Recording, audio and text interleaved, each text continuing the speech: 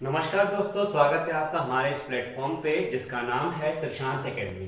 Friends, मैं आपका Mishra sir आज एक बहुत ही इंटरेस्टिंग और बहुत ही मजेदार टॉपिक लेके आया हूँ। जी हाँ, आज हम कवर करने जा रहे हैं वो चैप्टर जिसका नाम है इक्विड ज्योमेट्री। दोस्तों, प्रीवियसली मैंने आपसे कोऑर्डिनेट ज्योमेट्री डिस्कस की है और कार्टेशियन प्लेन के बारे में डिस्कस किया है। ठीक है, ये भी ज्योमेट्री है लेकिन ये लिटिल बिट डिफरेंट ज्योमेट्री है। इसमें हम कोई प्लेन या कोई ऐसी चीजें डिस्कस नहीं करेंगे, कार्टेशियन प्लेन या ज्योमेट्री वो कोऑर्डिनेट एक्सिस वैसी कुछ भी डिस्कस नहीं करेंगे। हम बेसिकली जो प्लेन सरफेस पे जितनी भी ड्राइंग्स होती हैं, जितनी भी आपके ड्राइंग्स बनती हैं, डायग्राम बनते हैं, उनके बारे में ही हम डिस्कस करेंगे। दोस्तों, चलिए चैप्टर स्टार्ट करते हैं। और स्टार्ट करने से पहले सबसे वही जो मैं सबसे बोलता हूँ, हमेशा बोलता हूँ, क्या लाइक जरूर कीजिए और शेयर जितना हो सके उतना कीजिए। ठीक है दोस्तों, देखिए ये चैप्टर जो है उसका नाम है इक्विड ज्योमेट्री। दोस्तों, हमारे एक बहुत ही बेहतरीन और बहुत ही माने जाने एक मैथमेटिशियन थे, उनका नाम था इक्विड। दोस्तों, वही कहलाते हैं फादर ऑफ द ज्योमेट्री। ठीक है, इक्विड नाम के जो हमारे मैथमेटिशियन हैं, साइंटिस्ट हैं मैथ्स के, उनका नाम था इक्विड और वो फादर ऑफ द ज्योमेट्री कहलाते हैं। दोस्तों, उन्होंने ही हमें जितनी भी ज्योमेट्री के बारे में जानकारियां थी उन्होंने ही दी है हमें। ठीक है, उन्होंने बताया हमें कि रे, लाइन, प्लेन सरफेस और लाइन सेगमेंट्स और जो भी चीजें हैं ज्योमेट्री के बारे में उन्होंने ही हमें बताई है। ठीक है दोस्तों, तो उनके द्वारा कही गई चीजें को मैं चलिए अपने शब्दों में डिस्क्राइब करता हूँ। देखिए, हम यहाँ पे कुछ पॉइंट्स पहले डिस्कस करेंगे, कुछ बेसिक चीजें डिस्कस करेंगे जो उन्होंने हमें बताई हैं, उनके माध्यम से हम फिर धीरे धीरे आगे बढ़ेंगे। ठीक है, देखिए उन्होंने क्या बताया कि पहला है पॉइंट। पॉइंट क्या होता है? पॉइंट वो चीज होती है सरफेस पे, या हम पॉइंट वो चीज होती है जहां पे हमने ड्रॉ तो कर दिया एक पॉइंट हमने क्या किया, ड्रॉ कर दिया एक पॉइंट, लेकिन इसका कोई कंपोनेंट नहीं है, ना कोई लेंथ है, ना कोई ब्रेथ है, ना ही हाइट है, ना ही कुछ भी नहीं है। मतलब anything drawn on the surface which have no component is known as point. ठीक है, अब बात आती है लाइन की। दोस्तों, लाइन क्या होता है? लाइन वो चीज होती है जो वेरियस पॉइंट को हम जब अटैच करते हैं। देखिए, जब हम 1 2 3 4 5 6 ऐसे करके कई पॉइंट है हमारे पास, अब सबको हमने एक साथ एक पैरेलल मतलब एक सिधाई में सारे पॉइंट्स को रखे और सबको एक साथ जोड़ दिया, तो जो बनता है उसे हम लाइन कहते हैं। Means that line is formed by the various points lining on the straight. ठीक है, सीधे तौर पे जब सारे पॉइंट्स आपस में मतलब लगे हों या हम उसको ड्रॉ किया हो हमने और सबको एक साथ ज्वाइन कर दिया, तो जिस ज्वाइन करने के बाद जो पैटर्न बनता है उसको हम क्या कहते हैं? लाइन कहते हैं। अब मैं अगर इसीलिए बोलूं कि लाइन के जो एंड पॉइंट्स होते हैं, लाइन का जो एंड होता है उसको क्या कहते हैं? पॉइंट्स कहते हैं। मतलब ये तो पॉइंट हो गया सिंगल, और पॉइंट्स अगर मैं इसको एस लगा दूं तो क्या होता है कि लाइन का जो एंड पॉइंट एंड होता है उसको हम पॉइंट्स कहते हैं, इसको हम पॉइंट्स कहते हैं। इतनी चीज सब समझ में आई। अब बात आती है दोस्तों सरफेस की। सरफेस क्या होता है? एनी प्लेन एरिया, जहां ऐसा ये प्लेन एरिया है ना, ऐसा कोई प्लेन एरिया जहां पे हम कोई भी स्ट्रेट लाइन ड्रॉ कर सके। मीन्स दैट उसकी एक पर्टिकुलर ऐसा प्लेन एरिया जिसकी पर्टिकुलर लेंथ है और ब्रेथ है।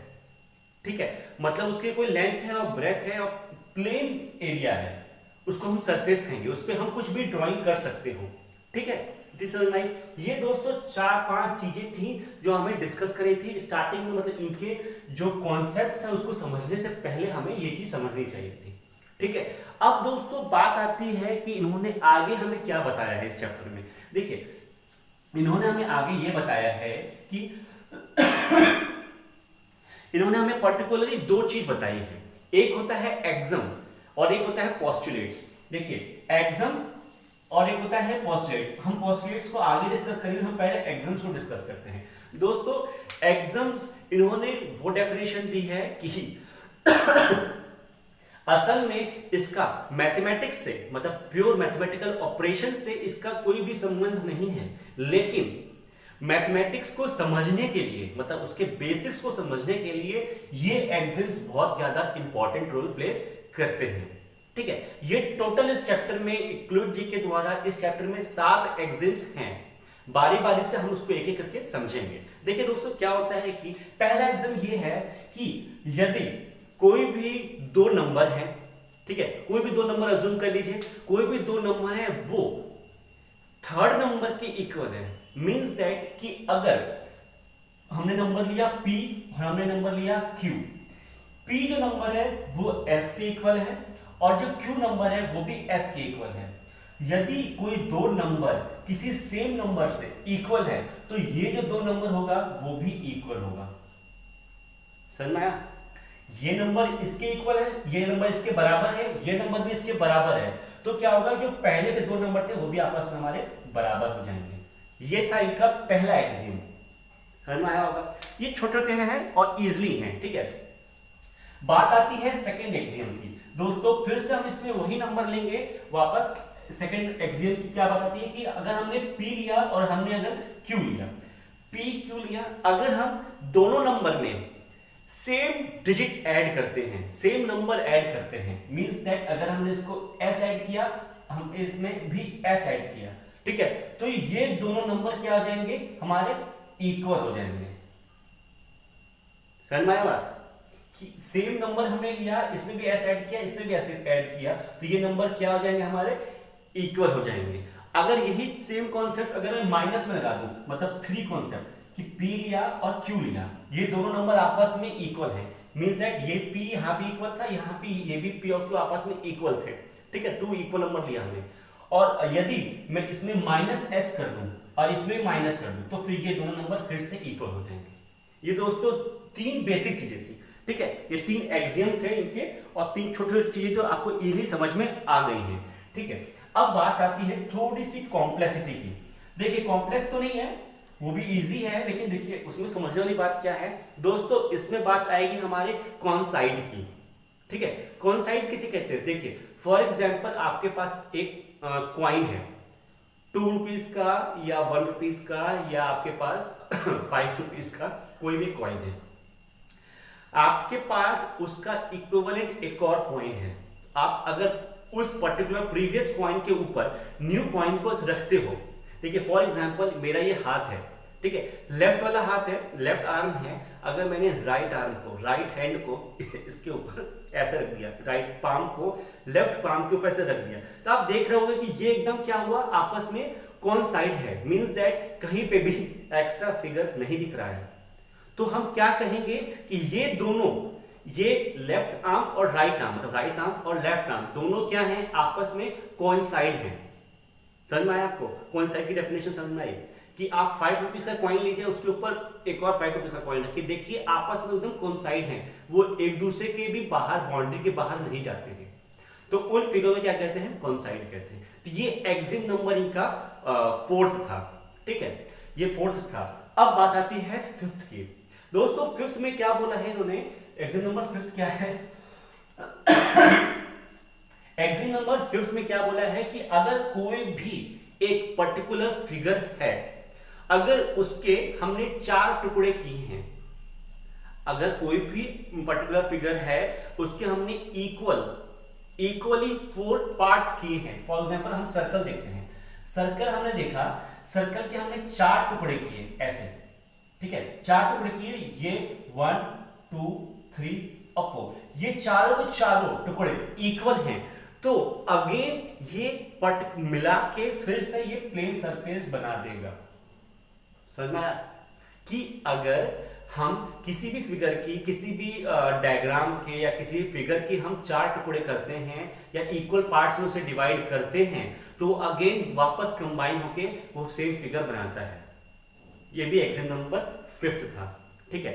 अब नेक्स्ट बात आती है क्या, एक्सिम नंबर 6 की। 6 दोस्तों हमारा ये है कि अगर हम किसी भी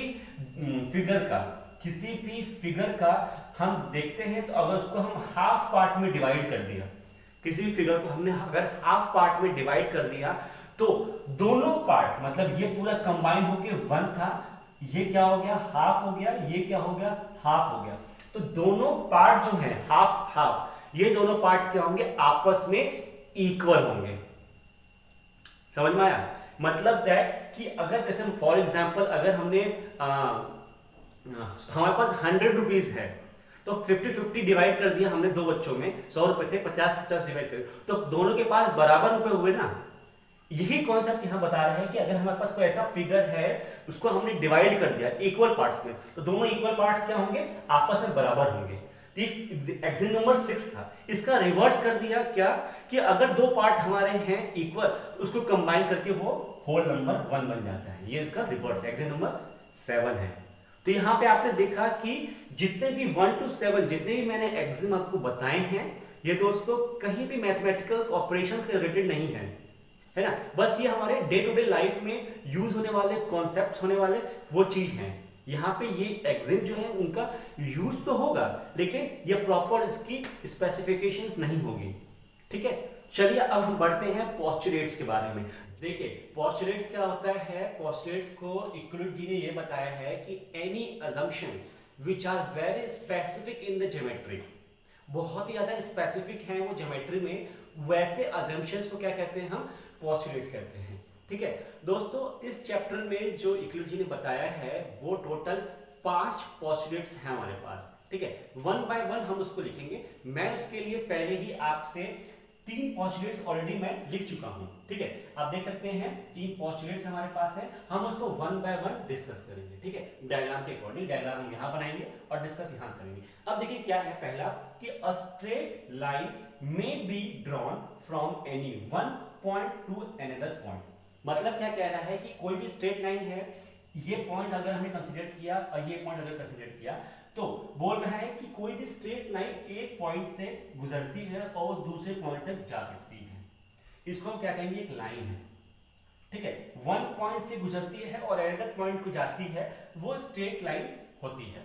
ये पोस्टुलेट नंबर 1 था, ये मैं एग्जाम में भी था और ये पोस्टुलेट्स में भी उन्होंने बताया। ये अजम्पशन है कि हमें वेरी स्पेसिफिक अजम्पशन है, हम इसको कंसीडर हमेशा करना है कि जो लाइन होती है वो 1 पॉइंट से गुजरती है और अनदर पॉइंट से भी गुजरती है, एक पॉइंट से स्टार्ट होगी अनदर पॉइंट पे एंड होगी। ठीक है दोस्तों, सेकंड पॉइंट जो है वो है terminated line can be extended infinitely. मतलब क्या, इनफाइनाइटली यहां जो लिखा हुआ है इसका मतलब क्या हुआ कि कोई भी एक लाइन हमारे पास की लाइन है, इसको हमने टर्मिनेट कर दिया, मतलब यहाँ पे इसको खत्म कर दिया है, एक पॉइंट यहाँ एक पॉइंट दे दिया। लेकिन पोस्टुलेट नंबर 2 ये कह रहा है कि कोई भी एक लाइन होती है टर्मिनेट नहीं होती है, उसको हम दोनों एंड से एक्सटेंड कर सकते हैं। मींस दैट उसको इनफिनिटली कहीं भी कितना भी बढ़ा सकते हैं। मींस दैट इसको भी यहां बढ़ा सकते हैं कहीं पे भी और इसको भी यहां बढ़ा सकते हैं कितना भी। ठीक है, इसको भी कितना भी, इसको भी कितना भी, मींस दैट ये कहीं तक भी एक्सटेंड हो सकता है, ये भी कहीं तक एक्सटेंड हो सकता है infinitely. Means that straight line का कोई एंड पॉइंट नहीं स्पेसिफिक कर सकते हम जब तक इसको हेड या टेल से स्पेसिफाई करें। मतलब बता दें कि इसका ये हेड है ऐसे करके और ये ऐसे करके एरो दे दे कि भाई यहाँ पे इसका एंड पॉइंट है, नहीं दिया तो उसको हम एक्सटेंड कर सकते हैं। ठीक है, ये 2 पोस्टुलेट्स थे जो आपस में रिलेटेड थे। अब बात आती है दोस्तों नेक्स्ट पोस्टुलेट्स की, उसमें क्या है कि देखिए इसमें डिस्कस किया है कि a circle can be drawn with any radius and centre. Means that हमारा जो सर्कल होता है उसकी कोई भी प्रॉपर सेंटर पॉइंट या प्रॉपर आपका स्पेसिफिक रेडियस नहीं होता। अब ऐसा नहीं है कि हम कुछ भी सर्कल बना दें, होता है, लेकिन ऐसा नहीं कि उसका वही पर्टिकुलर रेडियस है, वही पर्टिकुलर सेंटर है। नहीं, हम सर्कल बनाते हैं तो कुछ भी कहीं पे भी सेंटर ले लें, कहीं कितना भी रेडियस ले लें। ठीक है, सर्कल हमने बनाया है, इसका एक पर्टिकुलर रेडियस होगा, सेंटर होगा और ये पर्टिकुलर इसका रेडियस होगा। दोस्तों ये जो रेडियस है ये पर्टिकुलर नहीं है कि इसी सर्कल के लिए, जरूरी नहीं है, ये इतना इतना भी सर्कल हो सकता है और ये इतना भी सर्कल हो सकता है, मतलब कुछ भी हो सकता है, लेकिन उसका एक प्रॉपर रेडियस होगा, प्रॉपर सेंटर होगा। लेकिन हर रेडियस हर सर्कल का जो सेंटर पॉइंट है वो डिफरेंट भी हो सकता है, सेम भी हो सकता है, लेकिन रेडियस जो है वो डिफरेंट हो सकता है। कॉन्सेंट्रिक सर्कल में क्या होता है कि सेम सेंटर होता है लेकिन डिफरेंट रेडियस होता है। इनर सर्कल एक आउटर सर्कल, जिसका रेडियस कम होगा उसको कहेंगे इनर सर्कल। मैं आपको डायग्राम बना के दिखाता हूं, देखिए ये सेंटर पॉइंट है ये, ठीक है सी। अब देखिए यहां पे मैंने एक सर्कल बनाया, उसके लिए रेडियस हो गया r1, अब यही सेंटर है, इसके लिए एक और सर्कल बना दिया और इसका नाम दे दिया रेडियस का R2। तो आप देख सकते हो कि सेंटर पॉइंट सेम है लेकिन रेडियस अलग अलग है, R1 और R2। ठीक है, तो यही बोल रहे हैं कि circle can be drawn with any radius और सेंटर, कोई भी रेडियस हो कोई भी सेंटर हम इसको ड्रॉ कर सकते हैं। अब दोस्तों जो बात आती है हमारे फोर्थ और फिफ्थ पोस्टुलेट्स की, वो आपस में रिलेटेड है, इसलिए मैंने इसको अलग पैच में रखा है, अलग बैच में रखा है। देखिए वो क्या कहते हैं कि इसका फोटो आप क्लिक कर लीजिएगा और नोट्स में अपने बना लीजिएगा। ठीक है, उसको रख कर रहा हूं।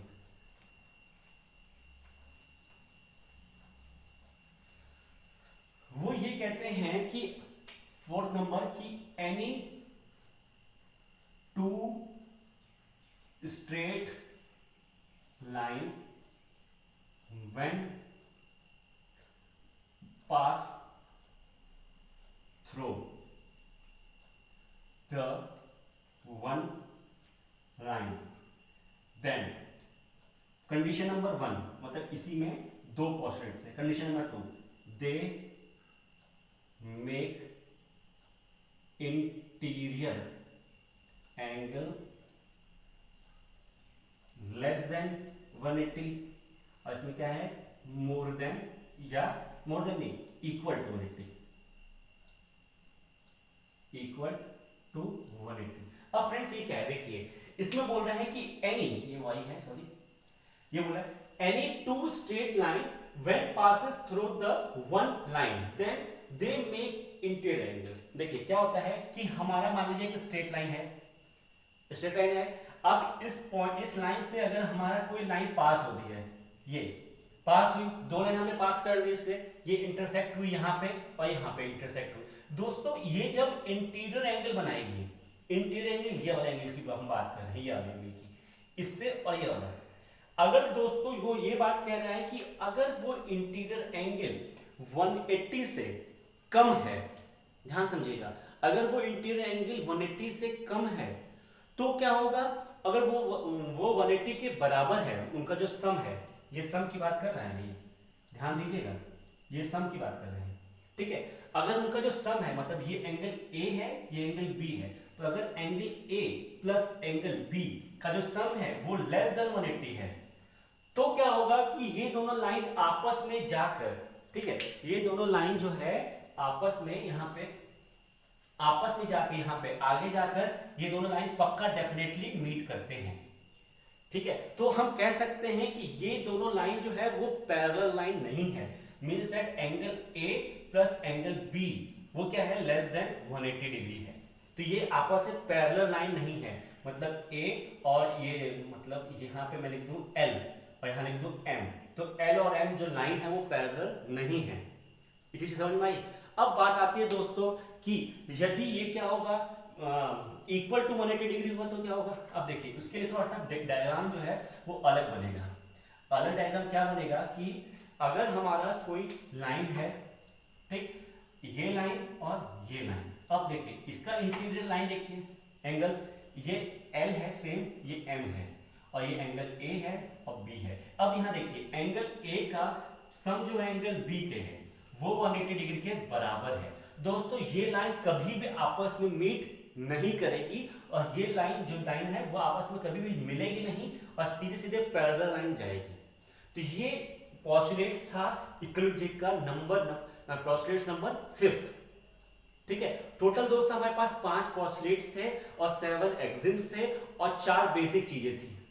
इस कॉम्बिनेशन से ये चैप्टर बना हुआ है, बिल्कुल थ्योरेटिकल चैप्टर है, बिल्कुल भी आपका कुछ भी कॉन्सेप्चुअल कोई फॉर्मूला कुछ भी नहीं है इस चैप्टर में, केवल समझने की चीज थी। और मेरा वादा है कि जो मैंने समझा दिया आपको एक बार डेफिनेटली आपको हमेशा समझ में आता है और याद रहेगा, ये मेरा वादा है।